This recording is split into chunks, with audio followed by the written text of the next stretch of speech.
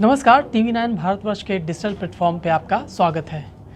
बिहार में चुनाव प्रचार के दौरान मुख्यमंत्री नीतीश कुमार के ऊपर में प्याज उछाले गए। मधुबनी में एक रैली के दौरान नीतीश कुमार की तरफ एक शख्स ने प्याज उछाले।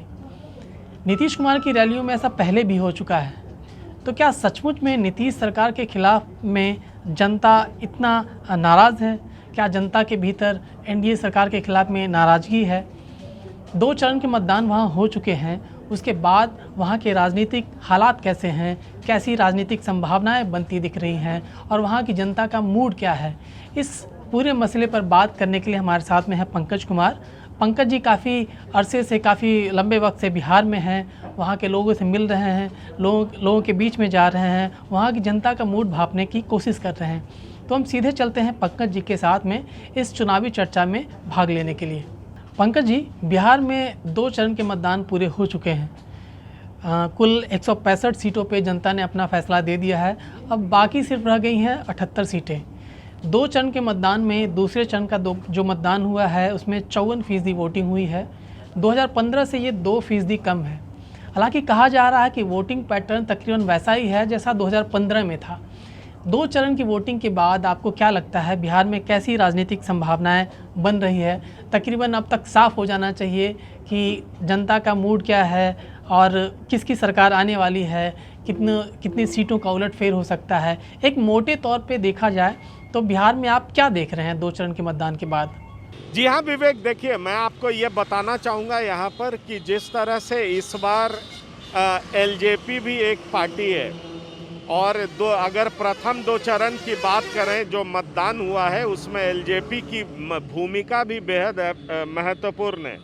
वो कितनी सीटें जीतती है ये एक अलग बात है, लेकिन LJP कई सीटों पर NDA को नुकसान पहुंचा रही है, इससे इनकार नहीं किया जा सकता। अगर साल 2015 से तुलना करें इस बार, तो साल 2015 में एक बात बहुत साफ थी, वो ये थी कि लड़ाई NDA वर्सेस महागठबंधन था।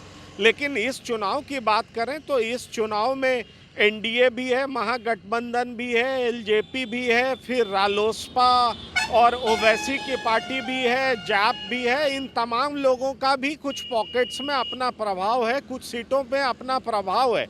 लेकिन आप प्रथम 2 चरण की बात करें तो जाहिर तौर पर इसके जो परिणाम आएंगे, जो मैं अलग अलग जगह पर घूमा हूँ, चाहे मटिहानी की बात करूँ, चाहे खगड़िया की बात करूँ, चाहे सूरजगढ़ा की बात करूँ, चाहे पालीगंज की बात करूँ, इवन विक्रम की बात करूँ, ऐसे कई सारे सीट्स हैं। मैं आपको ये बताना चाहता हूँ यहाँ पर LJP की भूमिका है। भागलपुर में नाथनगर की बात करूँ, कई सारी ऐसी सीटें हैं जहाँ LJP का अहम रोल है। वो कितना सीट जीतती है ये तो रिजल्ट के बाद पता चलेगा, लेकिन LJP से NDA को नुकसान हुआ है।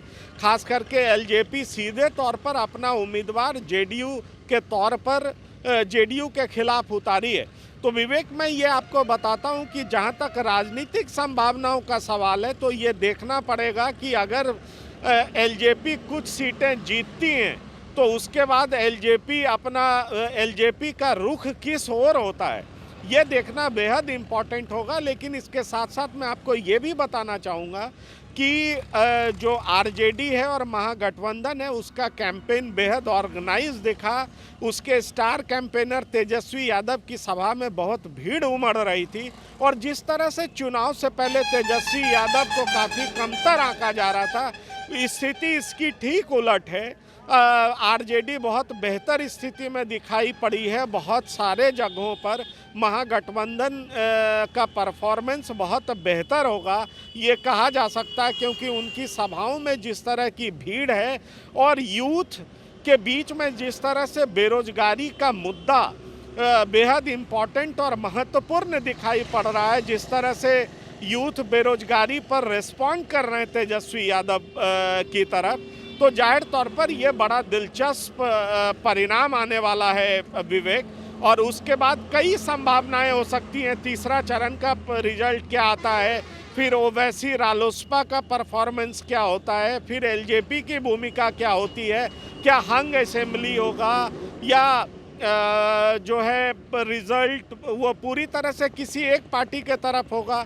पर मैं आपको बताऊं कि अगर 2 चरण की बात करें तो उसमें साफ दिखाई पड़ रहा है कि मतदाता काफ़ी डिसाइसिव मूड में थे। मैंने जिनसे भी बात की वो काफ़ी डिसाइसिव थे। हाँ, कोई एनडीए की तरफ था, कोई महागठबंधन की तरफ था, लेकिन कन्फ्यूज़न नहीं था लोगों में। तो मेरे हिसाब से मैंडेट डिसाइसिव होगा। पर इतना ज़रूर है कि एलजेपी की भूमिका क्या होगी वो रिजल्ट के बाद ही मालूम पड़ सकेगा। पंकज जी, मंगलवार को एक रैली में मुख्यमंत्री नीतीश कुमार के ऊपर में प्याज से हमला हुआ।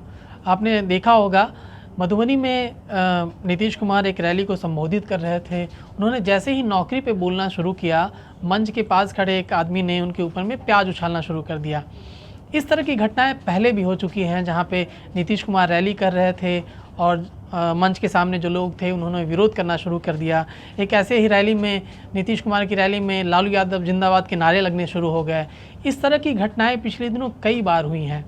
आपको क्या लगता है कि क्या सच में बिहार में नीतीश सरकार के खिलाफ में इतना बड़ा गुस्सा है? ये गुस्सा बहुत बड़ा, इतना बड़ा है कि शायद एनडीए की सरकार के लिए वहाँ खतरा हो, या आपको लगता है कि ये सीमित स्तर की एक हुल्लड़बाजी या हुड़दंग है जिस पे ज़्यादा फिक्र करने की ज़रूरत नहीं है? क्या लगता है आपको? देखिए विवेक, अगर प्याज फेंकने की बात है, जहाँ तक मुख्यमंत्री पर प्याज फेंकने की बात है और जो मधुबनी में ऐसा हुआ, उसको लेकर के मैं ये कहूँगा कि जिस तरह से मुख्यमंत्री पर प्याज फेंका गया और उनको तंग किया गया, कई सभाओं में ऐसा देखा गया और कुछ सभाओं में मुख्यमंत्री असंतुलित भी दिखे, उस तरह से उतने काम और कंपोज नहीं दिखे। उसके कई मायने लगाए जा रहे हैं और लोग ये कह रहे हैं कि हो सकता है ये मुख्यमंत्री के हताशा का परिचायक है। हो सकता है मुख्यमंत्री थक गए हों, परेशान हो गए हों और जिस तरह से हूट आउट कुछ सभाओं में हो रही है, कुछ लोग ऐसा करते हैं, वो जाहिर तौर पर उनको परेशान कर रहा है। लेकिन मैं आपको एक बात बताऊं कि होता क्या है कि जब मुद्दे, कौन इंसान क्या बोल रहा है, कौन सी पार्टी क्या बोल रही है और जनता किस पे ज़्यादा भरोसा कर रही है, विश्वास कर रही है, ये बेहद इम्पॉर्टेंट होता है विवेक। अगर मैं आपको ऐसे बात करूं, ठीक उसी सभा में मधुबनी में मुख्यमंत्री ने कहा कि मैंने अपने 15 साल में 6 लाख लोगों को रोजगार दिया है। और जहां तक लालू प्रसाद जी का सवाल है तो उन्होंने अपने 15 साल में महज 94-95 हज़ार लोगों को रोजगार दिया है। लेकिन अगर अभी आप सभा में चलें, नीतीश जी की भी सभा देखें और तेजस्वी यादव जी की भी सभा देखें, तो आप पाएंगे कि तेजस्वी जब रोजगार की बात करते हैं, बेरोजगारी की बात करते हैं, तो जनता का रिस्पांस बेहद ज़बरदस्त होता है। तो ये बात और है कि कौन सी बात किस नेता के मुंह से निकलती है और लोगों का रिएक्शन, उनका आकर्षण किस बातों के लिए कितना ज़्यादा होता है, किस मुद्दे पर ज़्यादा होता है, वो अलग अलग चुनाव में अलग अलग दिखाई पड़ता है। तो जहाँ तक बेरोजगारी का सवाल है, तो ये जो सभा में दिखाई पड़ रहा है वो दिखाई पड़ रहा है कि जनता तेजस्वी यादव को रिस्पॉन्ड कर रही है, जबकि आंकड़े कुछ और कह रहे हैं और खुद नीतीश कुमार ऐसी बात कर रहे हैं, साफ कह रहे हैं कि हमने 6 लाख लोगों को रोजगार दिया और उन्होंने 94 हज़ार लोगों को रोजगार दिया, और वो भी तब जब 15 साल में 8 से 10 साल लालू प्रसाद जी पूरे बिहार और झारखंड दोनों के मुख्यमंत्री थे। तो जाहिर तौर पर नीतीश जी ये साबित करना चाहते हैं कि रोजगार के अवसर भी नीतीश जी ने ज़्यादा मुहैया कराए हैं कंपैरेटिवली आरजेडी के। लेकिन आप जनता के बीच की बात करें तो जनता जो उनके भीड़ में आती है, सभा में आती है, और जिस तरह से चारों तरफ ये शोर मचा हुआ है बेरोजगारी का, तो बेरोजगारी एक मुद्दा है और तेजस्वी के इस बात पर जनता जो है उनकी सभा में ज़बरदस्त रिस्पॉन्ड कर रही है। पर क्या ये मुद्दा बनने वाला है? क्या ये अक्रॉस द कास्ट लाइंस लोगों में गया है? क्या ये यूथ, हर जाति के यूथ उस तरह से रिस्पॉन्ड करेंगे? क्या अपना वो मतदान में इस तरह का रिस्पॉन्स मतदान में तब्दील करेंगे? इसका रिजल्ट देखना बेहद इम्पॉर्टेंट होगा विवेक।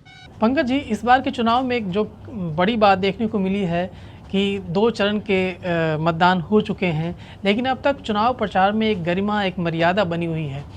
आरोप प्रत्यारोप का दौर चल रहा है, सरकार और विपक्ष के बीच में एक दूसरे पे हमला कर रहे हैं, लेकिन एक जो मर्यादा है वो अब तक बनी हुई है। खासकर तेजस्वी यादव के बयानों को देखें, तो ऐसा लगता है कि वो बहुत ही संतुलित और बहुत ही संयत प्रतिक्रिया देते हैं। नीतीश कुमार अपने पुराने अंदाज से अलग थोड़े आक्रामक दिखते हैं, थोड़ा पर्सनल अटैक भी करते हैं, लेकिन तेजस्वी यादव का बयान और उनकी जो प्रतिक्रिया होती है, जैसे कल भी उन्होंने प्रतिक्रिया दी, प्याज से जो हमला हुआ नीतीश कुमार के ऊपर में, प्याज जो उछाले गए, उस पर भी तेजस्वी यादव ने उसके प्रति खेद प्रकट किया, उसकी आलोचना की। तो क्या आपको लगता है ये बिहार की राजनीति में एक अच्छी चीज़ है कि वहाँ के जो नेता हैं वो गंभीरता से एक दूसरे के ऊपर में हमले भी करते हैं तो गंभीरता से करते हैं, और एक मर्यादा और एक जो गरिमा है वो बनी हुई है इस चुनाव में? देखिए, जहाँ तक तेजस्वी यादव के ऑर्गेनाइज कैंपेन का सवाल है और उनके संयम का जो सवाल है, तो जाहिर तौर पर इस चुनाव में वो बेहद काम एंड कंपोज दिख रहे हैं, काफ़ी मैच्योर्ड दिख रहे हैं। उनकी मैच्योरिटी देखने लायक जरूर है, और सिर्फ उनकी मैच्योरिटी नहीं, उनके पूरे परिवार की मैच्योरिटी, उनके पार्टी की मैच्योरिटी, क्योंकि वो किसी भी बात को पे रिएक्ट नहीं कर रहे, कभी भी कोई गलत बयानबाजी नहीं कर रहे जो बैकफायर कर जाए। ये मैं आपको ज़रूर बताना चाहूँगा। वो कुछ मुद्दे, कुछ पॉइंट्स को उन्होंने पकड़ा हुआ है, उसको प्रमुख मुद्दा उन्होंने बनाया है, वो हर सभा में उसका जिक्र करते हैं। बेरोजगारी है, महंगाई है, शराबबंदी है, परीक्षा शुल्क को माफ़ करना है, इस तरह की तमाम सारी बातें वो करते हैं। और वो कहते हैं कि भाई ये दवाई है, किसान के ऋण की बात है, किसान के हालात की बात है, ये तमाम चीज़ों का जिक्र करते हैं। लेकिन ऐसा कोई भी पर्सनल अटैक अभी तक उन्होंने नहीं किया है और उससे करते बचे हैं।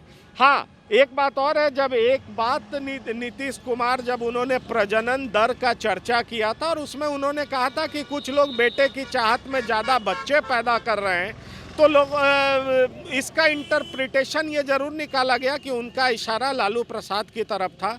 उनका इशारा लालू प्रसाद के तरफ हो सकता है, लेकिन बाय एंड लार्ज पूरे कैंपेन को देखें दोनों पार्टी की तरफ से, तो आप ये देखें कि अभी तक पूरे तरीके से संयम बरता गया है, गलत बयानबाजी नहीं हो रही है, पर्सनल अटैक से बाय एंड लार्ज दोनों दल बच रहा है। हाँ, आरजेडी काबिले तारीफ जरूर है, क्योंकि आरजेडी के तरफ से हर साल ऐसा देखा जाता था। पिछले लोकसभा में भी बहुत तरह की ऐसी बातें हुई थी, कैंपेन को कम्युनलाइज करने की कोशिश की गई थी, पर्सनल अटैक्स किए गए थे, जो कि इस चुनाव में दिखाई नहीं पड़ रहा है। तो जाहिर तौर पर यह कहा जा सकता है कि अभी तक जो बिहार विधानसभा में चुनाव हो रहे हैं और उसका जो कैंपेन का लेवल है वो बेहद ही अच्छा है, काफ़ी अच्छा है। मुद्दे को आगे रख कर के चुनाव लड़ा जा रहा है, लोग अपने मुद्दे रख रहे हैं, क्या वो करने वाले हैं, आगे का रोड मैप क्या है। नीतीश कुमार हर सभा में यही बात कर रहे हैं, प्रधानमंत्री भी यही बात कर रहे हैं कि वो आगे क्या क्या करने वाले हैं। हाँ, जंगल राज की दुहाई जरूर दी जा रही है, ये बात जरूर कहा जा रहा है कि जंगल राज के युवराज, इस तरह का संबोधन किया जा रहा है, लेकिन उसके जवाब में आरजेडी कहीं भी पर्सनल अटैक करती नहीं दिखी है। इसलिए मैं विवेक आपको कहना चाहूँगा कि आरजेडी का जो कैंपेन है वो बेहद ऑर्गेनाइज्ड है, और सिर्फ आरजेडी का ही नहीं है, आप बिहार की भी बात करें, तमाम दल की बात करें, तो अभी तक तमाम दलों ने जिस तरह से कैंपेन किया है, जो उनका कंडक्ट है, जो उनकी भाषाएं हैं, वो मर्यादित रही हैं। इसलिए अभी तक का चुनाव बहुत बेहतर जा रहा है। विवेक, पंकज जी, बिहार के बारे में एक जो बड़ी बात कही जाती है वो यहाँ के साइलेंट वोटर्स के बारे में कहा जाता है कि साइलेंट वोटर्स यहाँ के डिसाइडिंग फैक्टर्स होते हैं, जो अपनी आवाज़, जो अपनी हक की आवाज़ या फिर अपनी राय ज़्यादा मुखर तरीके से सामने नहीं लाते, वो वोट के ज़रिए अपनी बात कहते हैं। और कई बार होता है कि जो हम भीड़ में देखते हैं, रैलियों की भीड़ में देखते हैं या फिर जनसभाओं में देखते हैं, उसके नतीजे जो है उसके बिल्कुल उलट आते हैं। तो क्या इस बार भी साइलेंट वोटर से कोई बड़ा कमाल या कोई बड़ा उलटफेर कर सकती है? क्या आपको लगता है कि साइलेंट वोटर्स क्या कोई बड़ा बदलाव कर सकते हैं चुनाव में इस बार? जी विवेक, देखिए, जहाँ तक साइलेंट वोटर्स का सवाल है, मैं आपको ये बता दूं कि ये साइलेंट वोटर्स ईबीसी को कहा जाता है। ये 26 से 27% है। एनडीए पूरी तरह से इन पर बैंक कर रहा है। एनडीए ये मान रहा है कि हमसे ये अलग नहीं हुए हैं और इनके लिए हमने बहुत कुछ किया है और इनका साथ हमें मिला है, इनके हम नेचुरल चॉइस हैं। मेरी बात गिरिराज सिंह जी से हुई थी, मेरी बात अनुराग ठाकुर जी से हुई थी, कई ऐसे नेता हैं, इवन जेडीयू के नेता हैं, वो ये मानते हैं कि आप जो सड़कों पर लोग बहुत ज़्यादा बोल रहे हैं, आवाज़ें बुलंद कर रहे हैं, उनसे कहीं बड़ा तबका जो वोटर है वो अपना वोट मतदान केंद्र पर जाकर डालता है और अपनी भावनाएं मतदान देकर के ही प्रकट करता है, वो सड़कों पर नहीं आता। तो यही 26-27% जिसको लालू प्रसाद कभी जिन्न कहा करते थे कि जिन्न ये निकलेगा और यही जिन्न उनको जिताता है, ये जो वोट का जिन्न है ये बाद में शिफ्ट हो गया 2005 के बाद नीतीश कुमार की तरफ, एनडीए की तरफ। तो इस बार क्या एनडीए ही इनका चॉइस है ये कहना फिलहाल मुश्किल होगा, लेकिन जहां तक ये साइलेंट वोटर्स का सवाल है तो जाहिर तौर पर ये परिणाम में भारी फेरबदल कर सकते हैं। ये जहां पर भी जिसके पक्ष में मतदान करेंगे जाहिर तौर पर उसका पलड़ा भारी होगा। ये जो चंक है, बड़ा चंक 26-27%, इस पर तमाम लोगों की निगाहें हैं। मैं आपको बात बताऊं कि इस बार आरजेडी ने भी अपनी स्ट्रैटेजी में तब्दीली लाया था। आरजेडी को समझ में आ गया था महागठबंधन को कि अगर इनको ज़्यादा सीटें नहीं दी गई तो जाहिर तौर पर फिर से हार का सामना झेलना पड़ सकता है, हार का सामना करना पड़ सकता है। इसलिए आरजेडी ने अपने तमाम सीटों का इनको 34% सीटें सिर्फ ईबीसी को दिया, अति पिछड़े वर्ग को दिया। और मैं अगर नंबर्स में कहूँ तो तकरीबन ये 35-35 के आसपास है। तो जाहिर तौर पर विवेक, मैं आपको ये बताऊं कि ये बहुत बड़ा चंक है और काफ़ी चुप रहता है, ये वोकल नहीं होता है, ये साइलेंट होता है और ये जिसके पक्ष में मतदान करता है उसका पलड़ा भारी होता है। तो ये बताया जा रहा है कि साइलेंट वोटर्स जो हैं, अब ये देखना दिलचस्प होगा कि क्या कंस्टिट्यूएंसी दर कंस्टिट्यूएंसी इनका प्रभाव बदलता है, इनका झुकाव जो है वो बदल रहा है। मैं आपको बताऊं कुछ जगह मुझे ऐसा परिवर्तन नज़र आया, जो यूथ है वो तेजस्वी की तरफ आकर्षित हो रहे हैं, ये मैंने कुछ जगह ऐसा देखा है। लेकिन बाय एंड लार्ज मुझे ऐसा लगा कि नहीं, अभी भी वो चुप है और चुप्पी का साफ इशारा किधर है ये फिलहाल पुख्ता तौर पर रिजल्ट के बाद ही समझ में आएगा। जी पंकज जी, तो क्या माना जाए तेजस्वी यादव महागठबंधन के सर्वमान्य नेता बन गए हैं?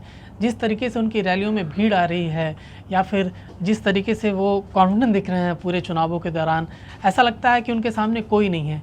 इसके पहले उनकी भूमिका को लेकर या फिर सीएम के फेस के तौर पे उनको आगे करने को लेकर भी विरोध हुआ था। खुद उनकी पार्टी के भीतर या फिर कहें उनके भाई जो तेज प्रताप यादव हैं या मीसा भारती की तरफ से भी चैलेंज आया था। लेकिन अब इस पूरे 2 चरण के मतदान के बाद जो अब स्थितियां बन रही है उसमें ऐसा लगता है कि तेजस्वी यादव के सामने कोई नहीं है। तो क्या ये मान लिया जाए कि तेजस्वी यादव के सामने अब पूरा मैदान खाली है? इसमें कोई शक नहीं विवेक, मैं आपको बताऊं, इसमें कोई शक नहीं कि तेजस्वी यादव आरजेडी के सर्वमान्य नेता हो गए हैं और इसकी पटकथा लोकसभा चुनाव के बाद ही लिख दी गई थी। उसके जब परिणाम आए थे तो हार का ठेकड़ा उनके सिर फोड़ा गया था।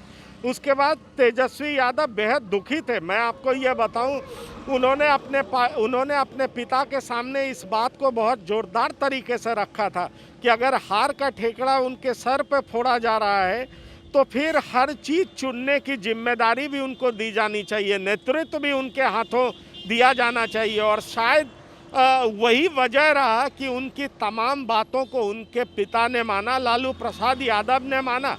और मैं आपको बता दूं कि कई ऐसी सीटें हैं, जैसे भोला यादव की सीट में जो परिवर्तन आया, तब्दीली आया, या अगर आप बात करें यहाँ की जो महबूब अली कैसर हैं उनके बेटे को सीट दिया गया, ये सब तेजस्वी का अपना चॉइस था। क्योंकि तेजस्वी ने वहाँ पर एक सर्वे कराया, सर्वे रिपोर्ट तैयार की और उसके बाद जाति के आधार पर, कैंडिडेट की लोकप्रियता के आधार पर, फिर उनके काम के आधार पर, उसके बाद उन्होंने प्रत्याशी को चुना है।